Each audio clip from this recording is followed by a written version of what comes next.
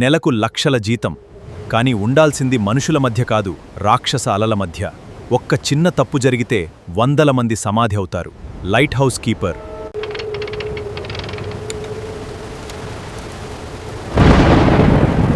ప్రాణాలకు తెగించి ఆ వెలుగు ఆరకుండా చూడాలి. వారాల తరబడి ఎవరితోనూ మాట్లాడకుండా కేవలం సముద్రపు హోరు మధ్య గడపడం మామూలు విషయం కాదు. ఈ ఒంటరితనాన్ని భరించడానికే వీరికి భారీగా చెల్లిస్తారు. ఇది కేవలం పని కాదు, ఒక త్యాగం. వీరు కేవలం స్విచ్ వేసేవాళ్లు కాదు, వీరు ఇంజనీర్లు, మెకానిక్కులు. సముద్రం మధ్యలో వీరే రిపేర్ చేసుకోవాలి. ఆ ఫ్రెనల్ లెన్సులు చిన్న మంటను కూడా దూరం తీసుకెళ్తాయి. వాటిని కాపాడటం వీరి బాధ్యత. పాత రోజుల్లో లైట్ హౌస్ కీపర్లు పాదరసంపై తేలే లెన్సులను వాడేవారు. దానివల్ల కలిగే మానసిక స్థితి వల్ల చాలామంది పిచ్చివాళ్లయ్యేవారు.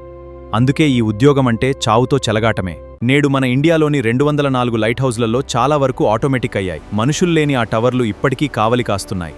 ఈ కష్టాన్ని మీరు గౌరవిస్తే ఒక లైక్ కొట్టండి. మీకింత జీతమిస్తే ఈ ఉద్యోగం చేస్తారా? కామెంట్ చేయండి. ఇలాంటి మరిన్ని థ్రిల్లింగ్ ఫ్యాక్ట్స్ కోసం ఫాలో అవ్వండి.